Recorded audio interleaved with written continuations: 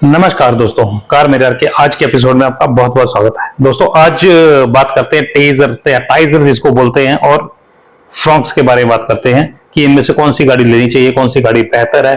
Confusion कर दिया क्योंकि सिर्फ ठप्पे का ही फर्क है, उधर सुजुकी का लोगो लगा है, उधर टोयोटा का लोगो लगा है, बस इतना ही फर्क है, बाकी वो फर्क नहीं है। लेकिन प्राइसेज में डिफरेंस है, वेरिएंट्स में डिफरेंस है। तो चलिए दोस्तों आज डिटेल में बात करते हैं कौन सी गाड़ी कौन सी बेहतर है। सारे पहलू देखेंगे इसके, थोड़ी वीडियो लंबी हो जाएगी। अलग अलग सेक्शन में बांट दी है, उस हिसाब से आप अपने कंफर्ट के हिसाब से चेक कर सकते हैं। वो सेक्शन में आप जा सकते हैं जो आपको मायने रखता है। तो चलिए दोस्तों शुरू करते हैं आज का ये वीडियो।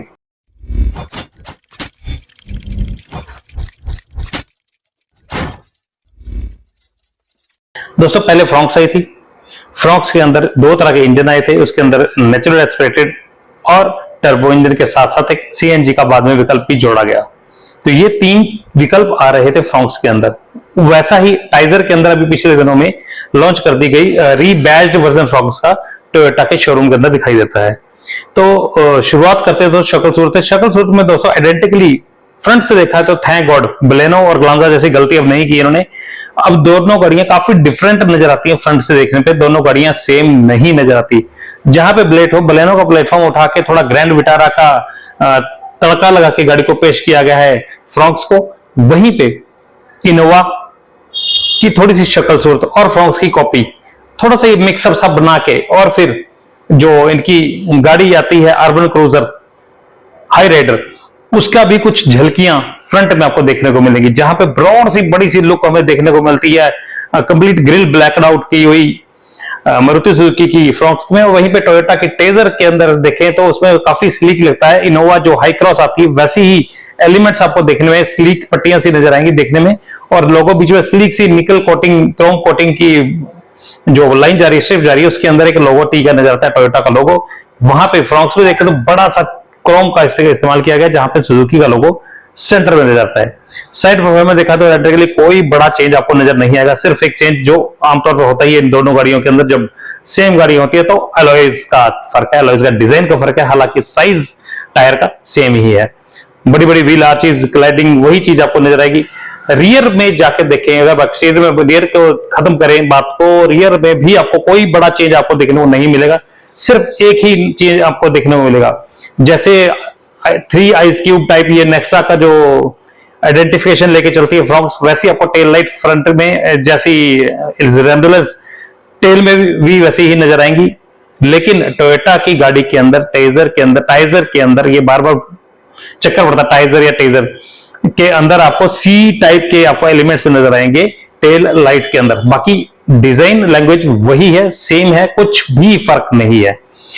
चले दोस्तों इंटीरियर के अंदर, तो इंटीरियर में देखा जाए तो यहां पे भी आपको कोई बहुत बड़ा बदलाव देखने को नहीं मिलेगा। वही 9 इंच का touch screen infotainment system, wireless Android Apple CarPlay दोनों के अंदर, हेड अप डिस्प्ले, 360 कैमरा, शक्ल सूरत जो स्टीयरिंग व्हील की है या केबिन का लेआउट है, या आपको केबिन के अंदर डिजाइन जो है एसी के वेंट्स तक की भी सब सेम ही है। कुछ भी बदलाव नजर नहीं आपको आने वाला। सिर्फ यही बदलाव जो लोगो सेंटर में है, जो टोयोटा की जगह आपको सुजुकी नजर आएगा स्टीयरिंग व्हील पे। दोनों गाड़ियों में डिफरेंस यही है। और जब गाड़ी स्टार्ट होती है तो जो touch screen infotainment system 9 inch का है, उसके अंदर भी आपको एस और टी का लोगो जो आपको नजर आएगा, बस वही फर्क आपको नजर आएगा।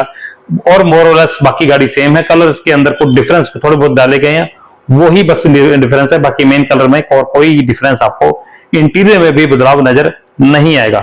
तो जाहिर सी बात है, यहां कहने का तात्पर्य यही है कि एक्सटीरियर में ही सबसे बड़ा बदलाव है जो फ्रंट में आपको नजर आएगा, बाकी को और कोई बदलाव नहीं है। साइड प्रोफाइल में, रियर में भी मोटे मोटे तौर पर कोई बदलाव नहीं है। इंटीरियर में भी ऐसा कुछ बदलाव को नहीं नजर आता। करें अगर दोस्तों फ्रंट की बजाय पिछली सीट की बात, तो दोनों गाड़ियों में ठीक ठाक स्पेस आपको मिल जाती है। पीछे पैर फैलाने की अच्छी खासी जगह आपको मिल जाती है। रियर में एसी वेंट्स दिए गए हैं जो कि बहुत अच्छी तरह से अपनी भूमिका निभाते हैं। इतनी बड़ी अब तो तपती गर्मी पड़ रही है, उसके अंदर भी काफी अच्छी भूमिका आपकी निभाते हैं। लेग रूम, हेडरूम में कोई ऐसी दिक्कत का सामना नहीं पड़ता। हाँ, नी रूम में थोड़ी सी दिक्कत आती है क्योंकि गाड़ी का डिजाइन ही ऐसा है। और बाकी अगर आप देखें इसकी जो हाइब्रिड वर्जन्स के अंदर, तो एक साइड पे पैसेंजर में बैठने की थोड़ी सी दिक्कत आती है क्योंकि बैटरी पैक वहां पे फिट किया गया है। इधर आपको कोई बड़ी दिक्कत या घंटा 1.5 घंटा भी अपने सफर करना है रियर में बैठकर, तो कोई आपको दिक्कत का सामना नहीं करना पड़ता। अच्छी मजेदार राइड आपको देखने को मिलती है। और फिर इंजन की बात करें तो वहां पे भी बहुत 4 सिलेंडर का इंजन, बड़ा स्मूथ इंजन इसके अंदर पेश किया गया 1.2 लीटर में, तो वो आपको बड़ी अच्छी एक स्मूथ राइड दे देता है। देखिए अगर इंजन की तरफ, तो इंजन के अंदर हमारे पास जो विकल्प आते हैं, 1.2 लीटर का नेचुरली एस्पिरेटेड इंजन 89 पीएस की पावर, 140 पीएस की पावर के साथ ये गाड़ी जनरेट करती है, जो कि 5 स्पीड के मैनुअल और 5 स्पीड की ऑटोमेटिक के साथ हमें मिलती है।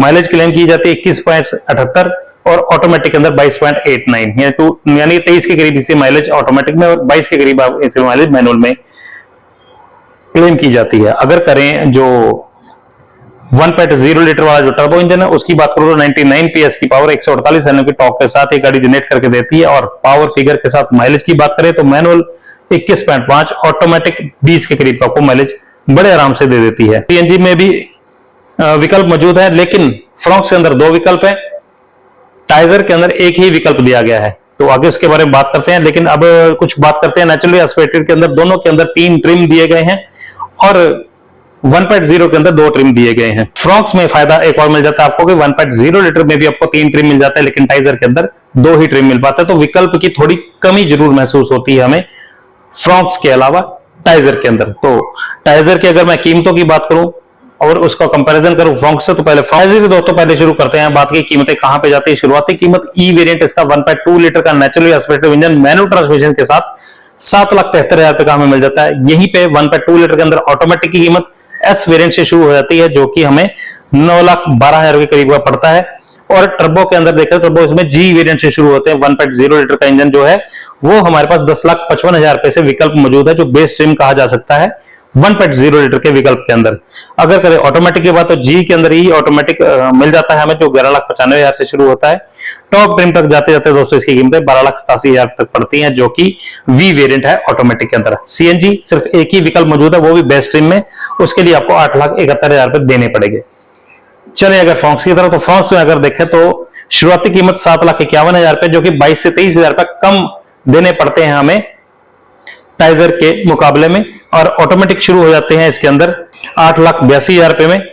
सीएनजी विकल्प आपको बेस वेरिएंट 8,40,000 का मिलता है, वहां पे 8,71,000 का मिलता है। तो यहाँ पे भी 30-32,000 का फर्क आपको देखने में मिलता है। लेकिन इसमें थोड़े से और फीचर्स ऐड करके भी सीएनजी विकल्प दिया गया है, ताकि आप सीएनजी का भी मजा ले सकें और अच्छे फीचर्स का भी मजा ले सके। तो वहां पे सीएनजी का विकल्प एक और दिया गया, जो कि डेल्टा प्लस आता है, 9,32,000 रुपए का है। टर्बो में दोस्तों एक और खासियत दी गई है फ्रॉक्स के अंदर, जो कि डेल्टा प्लस वेरिएंट है, टर्बो के अंदर आता है नीचे के लेवल का या कम बजट के अंदर का भी एक टर्बो का मजा लेने के लिए विकल्प दिया गया है, 9,72,000 रुपए का। जहां की हमें टाइगर के अंदर हमें जी प्लस वेरिएंट मिलता है, 10,56,000 रुपए देने पड़ते हैं। तकरीबन 80 से 85,000 रुपए का डिफरेंस यहाँ पे दिखता है। हालांकि चलो फीचर कम होंगे, लेकिन आपको एक विकल्प मिल जाता है टर्बो के अंदर, कम पैसे देकर टर्बो इंजन का विकल्प हमें यहाँ पे मिल रहा है। टॉप ट्रिम तक जाते जाते देखें तो अल्फा वेरिएंट जो है, एजीएस वाला वेरिएंट 12,27,000 रुपए का मिलता है। और वहीं पे देखें तो 40 से 50,000 रुपए का डिफरेंस यहाँ पे टॉप ट्रिम के अंदर भी हमें देखने को मिल रहा है। कमियां और खासियतों की अगर बात करूं तो दोस्तों दोनों में ही कॉमन है, कोई ज्यादा फर्क नहीं है। हाँ, लेकिन ये 20 से 25,000 का जो डिफरेंस मैं आपको बता रहा हूँ, वहां पे इसकी खाना पूर्ति कहां पे हो जाती है दोस्तों, जहां पे फ्रॉक्स के अंदर आपको सर्विस का जो शेड्यूल आपको मिलता है या फिर वारंटी पैक जो आपको मिल रहा है, वो दोस्तों फ्रॉक्स के अंदर मिलता है 3 साल या 1 लाख किलोमीटर तक की गारंटी। टाइगर के अंदर मिलती है 40,000 किलोमीटर या फिर 2 साल की गारंटी। एक्सटेंडेड वारंटी आप करवा सकते हैं, 5 साल की एक्सटेंडेड वारंटी दोनों में मौजूद है, वो उसमें एक्स्ट्रा पैसे देके आपको खरीद सकते हैं। सबसे पहली बात करते हैं दोस्तों गियर रेशो। इसके अंदर क्योंकि 1.2 लीटर वाला जो छोटा इंजन है उसके अंदर 4 सिलेंडर का इंजन है, लेकिन मारुति और जापान की कंपनियां तो जानी जाती है अपने बेहतरीन गियर रेशियोज के लिए। बहुत अच्छे तरह से बहुत स्मूथली इसके गियर पड़ जाते हैं, तो कोई आपको दिक्कत का सामना नहीं करना पड़ता। तो ये गाड़ी इस तरीके के लिए बहुत बढ़िया गाड़ी हमारे सामने बन जाती है। सेफ्टी में बात करें तो मैं मारुति सुजुकी के लिए पहली बार बोलूंगा कि इस गाड़ी के अंदर आपको 6 एयर बैग मिलते हैं और बिल्ड क्वालिटी इसकी बाकी सारी गाड़ियों से कुछ बेटर की गई है, जो कि इसके तो कॉम्प्लीमेंट देने का भी हकदार बन जाती है।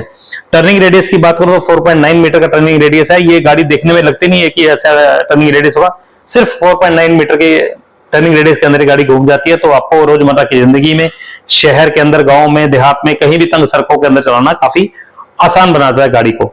तो आगे चले, वैसे जैसे मैंने बताया 1.2 लीटर का जो नेचुरली एस्पिरेटेड इंजन है वो अच्छी खासी पावर जनरेट करता है। आमतौर पे इतनी जो गाड़ी होती है 1.2 लीटर के नेचुरल एस्पिरेटर वाली, वो इतनी पावर जनरेट नहीं करती। तो पावर के साथ इसकी माइलेज का कॉम्बिनेशन बहुत ही बेहतरीन है। माइलेज बहुत अच्छी गाड़ी निकाल के देती है, जबकि आपको पावर भी अच्छी मिल जाती है छोटे इंजन के अंदर भी। फीचर्स की बात करूं तो यहाँ पे लोडेड फीचर्स इसके अंदर मिल जाते हैं, जो कि है auto IRVM, tilt and telescope steering wheel, जो कि कई सारी गाड़ियों में मिसिंग है अभी भी। LED हेडलैम्प्स मिल जाते हैं, हेड अप डिस्प्ले, 9 इंच का touch infotainment system, wireless Android Apple CarPlay की सुविधा के साथ आपको मिल जाता है। साथ ही पैडल शिफ्टर ऑटोमेटिकली और 360 कैमरा। आफ्टर सेल सर्विस और रीसेल वैल्यू की अगर बात करूं तो मारुति सुजुकी का बहुत बढ़िया है। टाइजर भी तो टोयोटा अच्छी खासी जानी जाती है। दोनों की कंपनी की अगर कंपैरिजन किया जाए सर्विस क्वालिटी को, तो दोनों की अच्छी क्वालिटी है, तो यहाँ पे भी आपको दिक्कत का सामना नहीं करना पड़ता। हाँ, अगर आप फ्रंट से तो रीसेल वैल्यू आपको ज्यादा बेहतर मिल जाती है। अगर देखें माइनस की तरफ, तो जो प्रोज की जगह कॉन्स या कमियों की बात करूं, वहां देखो तो हम यहाँ देख सकते हैं कि 1.0 लीटर का इंजन है, जो थोड़ा अंडर पावर में फील होता है, जो कंपैरिजन करें इसके साथ की बाकी गाड़ियों के साथ। मैं बाकी गाड़ियों को मेरे कहने का तात्पर्य है टाइगर, मैग्नाइट। अगर ये बात करते हैं कीमतों के हिसाब से, जैसे कि कीमतें रखी गई है, तो वैसे तो फिर ये नेक्सॉन, XUV300, सोनेट और वेन्यू की कीमतों के साथ भी मुकाबला कर रही है, तो वहां पे भी देखें तो काफी ज्यादा डाउन है इसकी पावर 1.0, हालांकि टर्बो इंजन के बावजूद भी। बूट स्पेस की बात करूं तो 308 लीटर का बूट स्पेस है, जो कि XUV300 के बाद 300 हो गया, तब भी उसके बूट स्पेस फर्क नहीं पड़ता। सबसे कम उसका है, उसके बाद थोड़ा सा ज्यादा इसका है, तो सेगमेंट में सबसे कम बूट स्पेस वाली गाड़ियों में इसको गिना जा सकता है। आगे देखें तो अपने सेगमेंट की गाड़ियों में सबसे कम हाइट ये गाड़ी लेके चलती है। उसके जो खमियाजा है वो अंदर केबिन स्पेस के अंदर हमें मिलता है। ये हैचबैक टाइप की फील आती है इसके अंदर बैठ के, हालांकि बाहर से देखने में ये गाड़ी थोड़ी सी बड़ी लगती है। ग्राउंड क्लियरेंस, हालांकि ये कोई चर्चा का विषय मेरे हिसाब से नहीं है, क्योंकि खड्डे भरी सड़कें हो कहां हो तो वहां से आराम से गाड़ी निकल जाती है। लेकिन 190 लीटर का बूट स्पेस बाकी सारी गाड़ियों से अगर कंपैरिजन किया जाए, जिस सेगमेंट की ये गाड़ी है, तो वहां पे कम नजर आता है हमें। टॉप कन्वर्टर की अगर मैं बात करूं ऑटोमेटिक में दिया गया, तो काफी सस्ते वाला विकल्प इसमें चूज किया गया है, क्योंकि बाकी सारी गाड़ियां जो इससे सस्ती भी आती है, मैग्नाइट और टाइगर जैसी गाड़ियों में CVT यूज किया गया है। वेन्यू जैसी गाड़ी में, सोनेट में तो DCT यूज किया गया, जो कि अपने सेगमेंट में सबसे बेहतर, सबसे स्मूथ ऑटोमेटिक माने जाते हैं। अगली बात करें कमियों की, तो कमियों में देखें तो काफी सारे फीचर इसमें मिसिंग है, जैसे कि सनरूफ इसमें मिसिंग है। आजकल की जो गाड़ी आ रही है उनमें सब में आ रहे हैं, जिसको कहते हैं कि जरूरी फीचर हो गया, मैं तो मिसिंग फीचर में गिनता हूं, ना यूजलेस फीचर्स में गिनता हूं उसको मैं।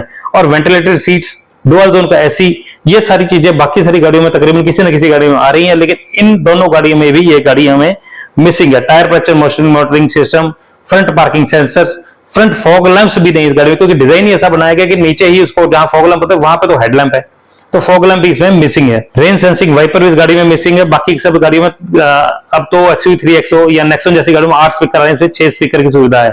अगर मुकाबला कर रहे हो तो ढंग से फिर करो। ये चीजें सारी इसमें काफी मिसिंग हमें देखने को मिलती हैं। और वैसे भी देखा जाए तो जो इसकी शक्ल सूरत बनावट है, जो फीचर्स को अगर कंपैरिजन किया जाए, तो अपने सेगमेंट में थोड़ी ओवर प्राइस हमें गाड़ी दिखने को मिलती है। तो दोस्तों ये कुछ कमियां हैं इस गाड़ी में, जो कमियां अगर इसको हटा कर इन कमियों से आपको फर्क नहीं पड़ता हो ना हो, तो आप इसकी जो खासियतें हैं उनको लेकर चल सकते हैं। तो मेरे हिसाब से दोनों गाड़ियां काफी अच्छी बनी हुई है, सर्विस क्वालिटी दोनों की ही बेहतर है। सर्विस की शेड्यूल में थोड़ा फर्क है, वो आप एक्सटेंडेड वारंटी ले सकते हैं। अगर आपको टोयोटा की बैजिंग पसंद है टोयोटा ले लीजिए, मारुति की बैजिंग पसंद है मारुति की फ्रॉन्क से लीजिए। लेकिन हाँ, अगर आपने 3 या 4 साल रखकर गाड़ी बेचनी है, तो फिर आप मारुति की गाड़ी लीजिए, क्योंकि उसकी रीसेल वैल्यू टोयोटा से अभी भी काफी बेहतर है। और दूसरी बात, अगर आपने सस्ते विकल्प देखने हैं, तो फिर आप फ्रॉन्क की तरफ जा सकते हैं। काफी अच्छे ज्यादा विकल्प आपको मिल जाए। कलर कॉम्बिनेशन थोड़े डिफरेंट है, थोड़े टैकी से ब्राउनिश ऑरेंज टाइप के कलर आपको दिखने में, थोड़े अलग कलर देखने में मिलेंगे टोयोटा के टाइजर में, और फ्रॉन्क्स में थोड़े से डिफरेंट कलर आपको देखने को मिलेंगे। तो यही कुछ दोस्तों बदलाव मोटे मोटे इन दोनों गाड़ियों में है, दोनों को डिफर करते हैं। वैसे दोनों में बैज लगाकर सेम ही गाड़ी पेश की गई है। तो बताइए दोस्तों वीडियो कैसा लगा। उम्मीद है कंफ्यूजन खत्म करने में आपके मदद हुई होगी इस वीडियो से। सीट बेल्ट लगाकर आराम से ध्यान से गाड़ी चलाएं, सेफ रहें और तंदुरुस्त रहें। जय हिंद दोस्तों।